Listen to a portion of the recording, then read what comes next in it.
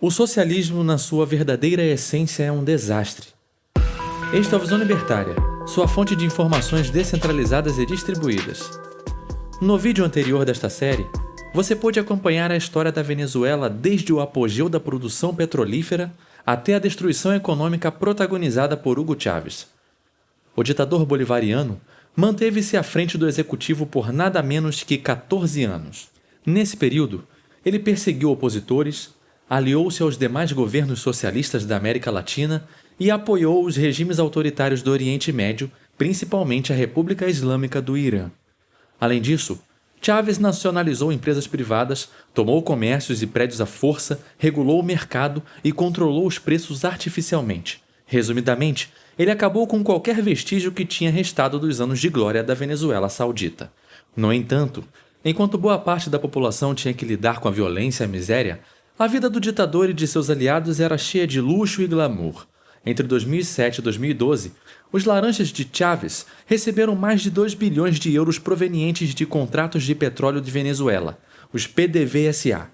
Após a lavagem desse dinheiro, ele era encaminhado para paraísos fiscais, principalmente para Andorra, um principado independente europeu. A perpetuação desse regime autocrático, socialista e assassino só foi possível com a força e o apoio da máfia dos ditadores comunistas latinos, o Foro de São Paulo. O ditador venezuelano era um dos membros mais influentes da organização desde sua fundação. Chávez, Néstor Kirchner e Lula eram os principais articuladores da integração política bolivariana da América do Sul. Chávez governou a Venezuela durante os anos dourados do Foro de São Paulo, entre 2003 e 2016, quando o PT estava no poder do Brasil. Nesse período, incontáveis parcerias e financiamentos irregulares foram firmados pelo presidente Lula e pelo presidente Dilma com os outros países comunistas do continente. A galinha dos ovos de ouro era o Brasil, e os ovos iam para as raposas comunistas financiarem seus projetos de poder. Embora a esquerda insista em dizer que figuras como Lula, Chávez e Fidel conheçam e lutem pelos anseios do povo, eles construíram suas vidas dentro da política. Por exemplo, Maduro trabalhou como motorista de ônibus, mas começou sua vida política há 30 anos, quando foi alavancado pela sua militância dentro dos sindicatos e ingressou no MBR-200. No ano de 1998, ele conseguiu ser eleito para a Câmara dos Deputados, assim como vários outros bolivarianos. Foi também nessas eleições que Chávez foi eleito presidente da Venezuela pela primeira vez. No ano seguinte, Maduro também participou da elaboração da Constituição Bolivariana da Venezuela. Em 2005, ele se reelegeu e assumiu o cargo de presidente da Câmara. Pouco tempo depois, ele foi escolhido para ser vice-presidente na candidatura de Hugo Chávez, que novamente venceu as eleições presidenciais de 2012. Após mais de uma década no poder, em março de 2013, Chávez morreu em decorrência de um velho câncer na região pélvica e de infecção respiratória.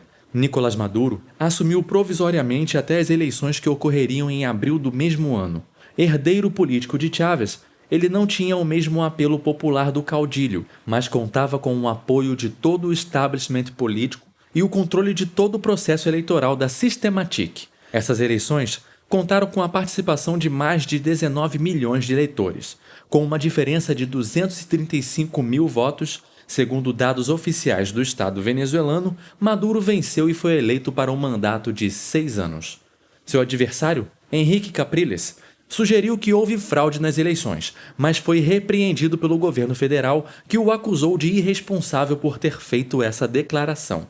Maduro prometeu dar continuidade à Revolução Bolivariana de Chávez, mantendo os avanços sociais e perseguindo a burguesia. Ele tinha nas mãos as maiores reservas de petróleo do mundo, mas herdou um país com a maior inflação da América, um ciclo interminável de escassez e a dívida pública acima de 50% do PIB.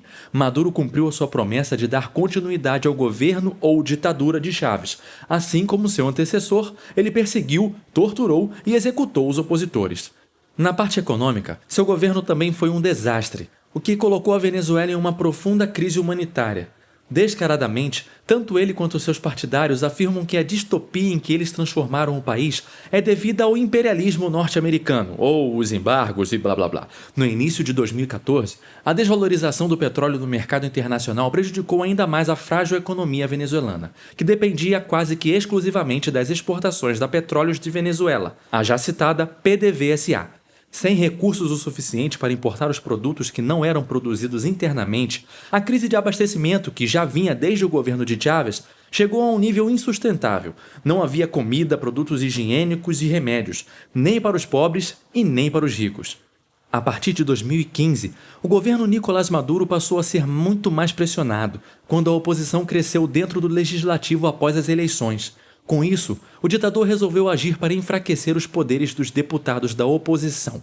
Ele convocou uma Assembleia Nacional Constituinte para redigir uma outra Constituição bolivariana para o país. Enquanto isso, a população ia enfurecida às ruas, protestando contra essa ditadura bolivariana. O governo respondia com ainda mais violência.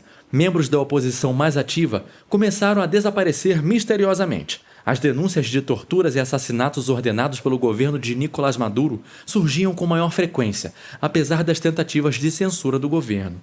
O resultado foi um desastre completo. Entre os anos de 2013 e 2017, o PIB venezuelano recuou 37% e 62% da população atingiu o nível da miséria.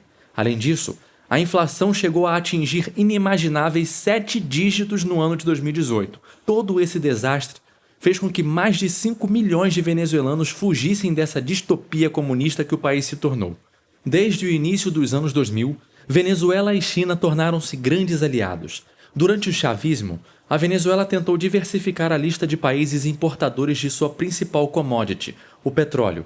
Por outro lado, a China, com forte crescimento econômico, desde a implantação do socialismo de mercado nos anos 80, precisava de cada vez mais recursos para sustentar suas demandas industriais e populacionais. No entanto, hoje em dia, a China é a principal nação credora da Venezuela, que deve mais de 20 bilhões de dólares aos seus parceiros chineses. Não é novidade dizer que o auge da esquerda na América Latina se deu no início do século passado, muito por conta do impulso que o PT dava aos seus governos aliados. Enquanto o Partido dos Trabalhadores esteve à frente do Brasil, os governos comunistas do Foro de São Paulo eram alimentados pelos recursos do Banco Central do Desenvolvimento Econômico e Social, o tão conhecido BNDES. Apenas na Venezuela, o Estado brasileiro financiou as obras da construção de uma linha de metrô de Caracas, de uma linha de metrô de Los Teques e até de uma usina siderúrgica e de um estaleiro. Ademais, embora tenham sido iniciadas há 15 anos, a maior parte das obras do metrô de Caracas ainda não foi concluída. As empresas Odebrecht e Andrade Gutierrez, envolvidas na Operação Lava Jato, são as responsáveis pelo andamento dessas obras na Venezuela. Logicamente, há fortes suspeitas de que essas obras tenham sido superfaturadas e que parte do dinheiro fosse usado nas campanhas e ações do Partido Socialista Unido da Venezuela. Atualmente, o Estado venezuelano deve mais de 1,6 bilhões de reais ao Brasil, e nada indica que essa dívida será paga um dia. Em 2016, após anos de corrupção, ingerências econômicas e implantação de um projeto de poder continental, a população brasileira finalmente se revoltou contra o Partido dos Trabalhadores. Nos últimos meses do mandato da presidente Dilma Rousseff, ela contava com algo em torno de 5% de aprovação. Com o julgamento de um longo processo de impeachment, Dilma foi removida do cargo por crime de responsabilidade relacionado às contas públicas. Nesse mesmo ano, após eleições apertadas, Donald Trump derrotou Hillary Clinton e se elegeu presidente dos Estados Unidos, sucedendo Barack Obama. Para completar, o presidente da Argentina, Maurício Macri, também não era um aliado. Isso tudo fez com que a Venezuela entrasse num beco sem saída. O país se isolou politicamente, tendo seus fortes aliados, Rússia, China e Turquia, apenas do outro lado do mundo. Mesmo com um governo desastroso e rejeitado, Maduro venceu as eleições de 2018 com uma larguíssima vantagem. Nessas eleições, 46% dos eleitores se abstiveram e o ditador obteve 67,7% dos votos daqueles que foram às urnas. Com isso, seu mandato se estenderia por mais longos 6 anos. Não há dúvidas de que novamente houve fraude nesse processo eleitoral. No entanto, Maduro contava com o apoio das Forças Armadas e assim não sairia do poder. Recentemente, devido à crise política do país, o presidente da Câmara, Juan Guaidó, declarou-se com o reconhecimento da comunidade internacional o presidente da Venezuela. Embora tivesse o apoio das principais nações do globo e considerável apoio popular, não conseguiu fazer muita coisa contra a ditadura de Maduro, que infelizmente se estenderia por mais um longo sextiênio. Uma das coisas mais revoltantes relacionadas à crise na Venezuela é que algumas pessoas ainda defendem esse regime claramente ditatorial, censurador e assassino. Previsivelmente, aqui no Brasil, essas pessoas são as mesmas que apoiam pautas identitárias, segregadoras e a volta do ex-presidiário e líder do comunismo latino, Luiz Inácio Lula da Silva. Enquanto isso, os venezuelanos tentam fugir de seu leviatã bolivariano, emigrando para vários países vizinhos, inclusive até mesmo para o Brasil. Hoje em dia, Roraima, por fazer fronteira com o país, é o estado brasileiro que mais recebe esses imigrantes. Estima-se que algo em torno de 32 mil venezuelanos vivem em Boa Vista. Dessa forma, não há dúvidas de que a situação do país é dramática e também afeta negativamente os seus vizinhos sul-americanos. No entanto, políticos como Guilherme Boulos, Manuela Dávila e o próprio Lula negam o autoritarismo do regime e exaltam os caudilhos que estão no poder há mais de 20 anos na Venezuela. Assim como Maduro e Chávez, essas pessoas também declaram que pensam nas questões sociais e nos anseios do povo, quando, na verdade, o objetivo delas está mais do que claro: o poder. E sempre foi isso. Nesse século, a implantação do projeto de integração comunista do Foro de São Paulo quase deu certo. Foi graças à informação distribuída e descentralizada que parte relevante da população pode ver a desonestidade dos integrantes dessa máfia. No Brasil, foi necessário que houvesse um longo processo de impeachment para remover a esquerda do poder. Na Venezuela, talvez apenas uma intervenção externa seja possível removê-los. O resultado disso é que a maior parte da população não tem o mínimo de dignidade para viver, enquanto Maduro e seus aliados desfrutam de hotéis e jantares luxuosos no exterior. O pior chegou e quem pagou a conta, como sempre, foram os cidadãos comuns. Obrigado por sua audiência. Esse artigo foi sugerido e escrito por Pepe D'Ambrosio e revisado por JJ Liber. Se você gostou desse vídeo, clique no ícone de curtir abaixo e compartilhe o vídeo em sua rede social. Se você deseja ser notificado de outros vídeos, clique em se inscrever e depois no ícone de campainha. Até a próxima.